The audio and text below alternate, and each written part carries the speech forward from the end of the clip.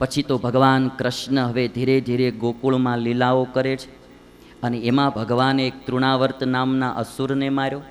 સમય જતા ગર્ગાચાર્ય આવ્યા અને ગર્ગાચાર્યે કૃષ્ણનો નામકરણ સંસ્કાર કર્યો છે. બલરામનો નામકરણ સંસ્કાર કર્યો.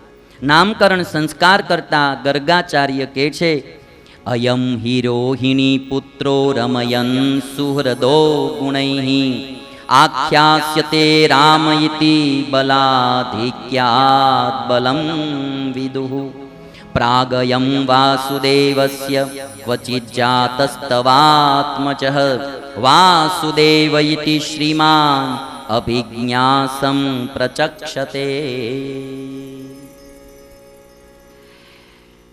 ગર્ગાચાર્ય કહે છે કે હે નંદ બાબા, આ જે રોહિણીનો દીકરો છે ને એ બધાને કુટુંબને બહુ રાજી કરશે માટે એનું નામ રામ પડશે. બલમાં બહુ મહાન હોવાથી એનું નામ બલ પડશે અને જ્યારે બે નામને ભેગા કરવામાં આવશે ત્યારે એનું ત્રીજું નામ બલરામ પડશે. અને હે નંદ બાબા, આ તમારો જે નાનો દીકરો છે, પ્રાગયમ વસુદેવસ્ય ક્વચિત જાતસ્તવાત્મજઃ, આ તમારો દીકરો ક્યારેક વસુદેવ થકી જન્મને પામેલો માટે એનું નામ વાસુદેવ પડશે. વસુદેવસ્ય અપત્યમ ઇતિ વાસુદેવ. આવી રીતે ભગવાનનો નામકરણ સંસ્કાર કર્યો અને પછી ભગવાન કૃષ્ણ ધીરે ધીરે મોટા થવા લાગ્યા છે અને રામ અને શ્યામ ગોઠણભર ચાલતા થયા. ઘૂઘરીનો અવાજ સાંભળીને પ્રભુ બહુ પ્રસન્ન થાય છે. ક્યારેક ક્યારેક ભગવાન વાછડાના પૂંછડા પકડીને ઊભા થતા શીખે છે, હાલવાનું શીખે. સાંગામાસીઓ તો હતી નહીં એટલે વાછડાના પૂંછડા પકડી અને ભગવાન ઊભા થાય છે. સુખદેવજી મહારાજ કહે છે કે રાજા, ભગવાનને રમાડવા માટે આજ ગોકુળની ગોપીઓ ખૂબ આવે છે અને હવે ધીરે ધીરે ભગવાન ઊભા ઊભા ચાલવા લાગ્યા છે. અતિ ચપળ હોવાથી ખૂબ ધ્યાન રાખવું પડે છે. છોકરા જેના જેના ચપ્પલ હોય ને બહુ સારું. અમે પધરામણીએ જઈને તે બધા એમ કહે, સ્વામી આ છોકરો તોફાન બહુ કરે, માથે હાથ મૂકો શાંત થાય. હું તો એટલું કહું, ચપ્પલ હોય ને એ જ કાંઈક જગતમાં કરે. હવે ટાઢા ઘેંસ એવા હોય શું કરવાના? ચપ્પલ જ હોય. કૃષ્ણ નાનપણથી ચપ્પલ હતા એટલે એને ક્રાંતિઓ કરી. જો તમે 3 ઘૂસતા મારો તો હલતો ન હોય એવા શું કરવાના ભલા માટે? છોકરાઓ થોડા ચપ્પલ જ હોય. એટલે ચપ્પલ છોકરા હોય તો માતા પિતાએ કોઈ દિવસ એવી ફરિયાદ ન કરવી આ બહુ ચપ્પલ છે. એ મોટા થઈને કાંઈક કરશે, જો સંસ્કાર હશે તો સારું કરશે, નહીતર મોહ તો કરવામાં બે કરે ભાઈ. પણ કૃષ્ણ આજ બહુ ચપળ હતા અને ભગવાન કૃષ્ણ વિવિધ પ્રકારની માખણ લીલાઓ કરે છે. માખણ લીલાઓ તમે બહુ સાંભળી છે એટલે મારે વિસ્તારથી કંઈ લેવી નથી, પણ કૃષ્ણને માખણ બહુ ભાવે છે. કોઈ માખણ આપે ને એટલે ભગવાન કૃષ્ણ દોડતા દોડતા જાય છે. અને એમાં કોઈ ગોપી એમ કહે કે કાના, તારે માખણ ખાવું છે? તો કે હા. તો એમ કર, તને ફળિયું વાળતા આવડે? હા, તો અમારું ફળિયું વાળી દે. કાનો હાવણો લઈને ફળિયું વાળે. ઘડીક ફળિયું વાળે ને પછી ગોપી એક લોંદો માખણનો આપે. કાનો માખણ ખાય. વળી કોઈ ગોપી આવે એમ કે કાના તારે માખણ ખાવું? તો કે હા. તો તને નાચતા આવડે? અરે મને કે બહુ સારું આવડે. તો હાલ ઘડીક નાચ, પછી તને હું માખણ આપું. અને કાનુડો ગોપીના ફળિયામાં નાચે. અનંત કોટી બ્રહ્માંડનો ધણી આજે ગોવાળણને ઘરે નાચ કરે છે અને નાચી લે. પછી ગોપી અને થોડુંક માખણ આપે અને ભગવાન કૃષ્ણ ઊભા ઊભા એ માખણ ખાય છે. અને ભગવાન કૃષ્ણ ધીરે ધીરે મોટા થવા લાગ્યા છે અને ખૂબ બધા મિત્રો બનાવ્યા છે. અને એમાંય એકવાર ગોકુળમાં એક ફળ વેચનારી નારી આવી. બહુ અદ્ભુત પ્રસંગ ભાગવતમાં લખાણો છે.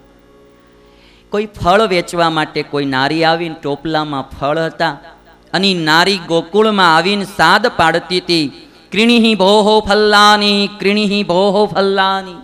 કોઈ ફળ ખરીદો, કોઈ ફળ ખરીદો. અને આ અવાજ કૃષ્ણએ સાંભળ્યો અને મા યશોદાને કહે છે કે માં, મારે ફળ લેવા જવું છે. અને ભાગવતમાં વ્યાસ પ્રભુ લખે કે ક્રીણીહી ભોહ ફલ્લાની શ્રુત્વા સત્વર મચ્યુત ફલ્લાર્થી ધાન્યમાદાય યયો સર્વ ફલપ્રદ. એ જમાનામાં પૈસા તો હતા નહીં, એટલે યશોદાએ ખોબામાં ધાન્ય આપ્યું, બાજરો ઘઉં જે હશે તે, અને કીધું જા બેટા ફળ લઈ આવ. અને કાનુડો ચાલતો ચાલતો ગયો, નાની ઉંમર, એમાં અડધું અનાજ તો હેઠું પડી ગયું. ફળ વેચનારી નારી પાસે કૃષ્ણ આવ્યા, અને કૃષ્ણને જોયા ને ત્યાં ફળ વેચનારી નારી ભગવાનને જોઈને મોહિત થઈ ગઈ. આટલું અદ્ભુત સુંદર સ્વરૂપ આ બાળકનું, ભગવાનમાં મોહ પામી. એના હાથમાંથી થોડુંક અનાજ જે વધ્યું હતું એ નારીએ લઈ લીધું, અને એક ખોબો ભરી અને ફળ વેચનારી નારીએ કૃષ્ણના હાથમાં ફળ આપ્યા. ધાન્ય પ્રમાણે એટલા ફળ આવે એમ નહોતા, પણ આજ પ્રસન્ન થઈ ગઈ ને બાઈ, આજ પ્રસન્ન થઈ ગઈ, એટલે આખો ખોબો ભરીને ફળ દઈ દીધા. કૃષ્ણ ભગવાન જાતા હતા. કૃષ્ણે વિચાર કર્યો કે ધાન્ય તો મારું આટલું હતું, અને આણે ફળ તો મને ઝાઝા આપ્યા, માટે એની ટોપલી આજ રત્નોથી ભરી દઉં. ભગવાને કૃષ્ણ એની ટોપલી રત્નોથી ભરી દીધી.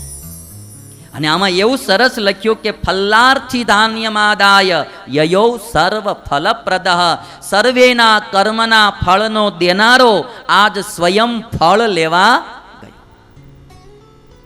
અને એક વાત બહુ પાકી યાદ રાખવી કે આ દુનિયામાં કર્માનુસાર ઘણું બધું થાય છે, પણ છતાંય કર્મની ઉપર પણ એક શાસન ઈશ્વરનું છે. એ ધારે ત્યારે કર્મની રેખ ઉપર મેઘ મારી શકે છે.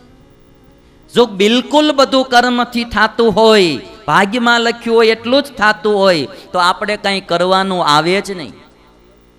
ઘણી વાર લોકો ભાગ્ય ઉપર બેસી જાય છે. ભાગ્યમાં લખ્યું હોય તો મળે, ભાગ્યમાં લખ્યું હોય તો થાય. આપણે એમ કહીએ ને ભગત મંદિરે આવજો, અરે એ તો ઉપરવાળાની મરજી હોય ત્યારે અવાય ને.